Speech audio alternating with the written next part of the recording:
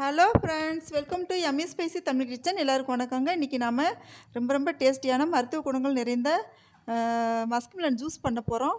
வாங்க நம்ம வீடியோக்குள்ளே போகலாம். இந்த பழம் அடிக்கடி சாப்பிட்டுட்டு வந்தால் கர்ப்பிணி பெண்களுக்கு வந்துட்டு ஆரோக்கியமான குழந்தைகள் பிறக்குதுங்க. ரத்த அழுத்தத்தை கட்டுப்படுத்துதுங்க. ரத்தத்தில் உள்ள சர்க்கரை அளவு கட்டுப்பாட்டோடு வைக்குது. டயபெட்டிஸை கட்டுப்பாட்டோடு வைக்குது.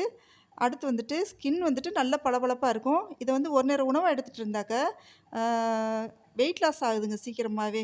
இப்போ இது யார் யார் சாப்பிடக்கூடாதுன்னா, மூட்டு பிரச்சனை உள்ளவங்க, பக்கவாதம் உள்ளவங்க, ஆஸ்துமா பிரச்சனை உள்ளவங்க இது சாப்பிடக்கூடாதுங்க.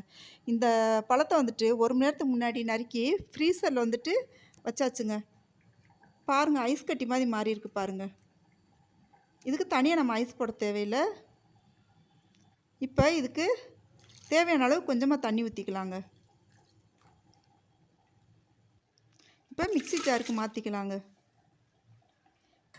இதுக்கு பால் சேர்க்க தேவையில்லை. இப்போ தேவைப்பட்ட அளவுக்கு சுகர், ஒயிட் சுகர் சேர்த்துக்கலாம்.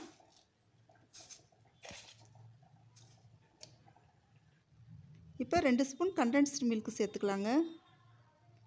இந்த முறையில் நம்ம இந்த ஜூஸ் பண்ணோன்னா ரொம்ப டேஸ்டியாக ரொம்ப நல்லாயிருக்குங்க.